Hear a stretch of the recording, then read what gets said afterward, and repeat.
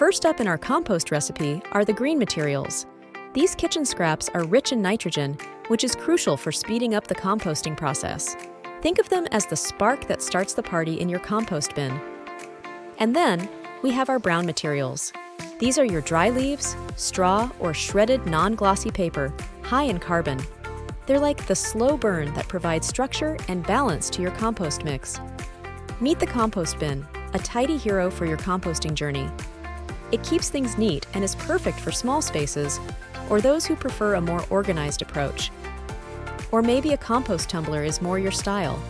It's all about ease and speed, with a design that makes turning your compost as simple as spinning a wheel. And then there's the classic compost pile. No frills here, just a straightforward way to start composting with minimal setup. It's composting at its most basic.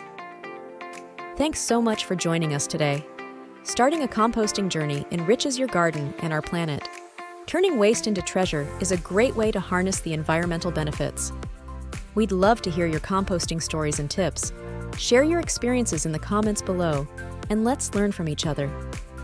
If you found value in this composting guide, please like, subscribe, and share.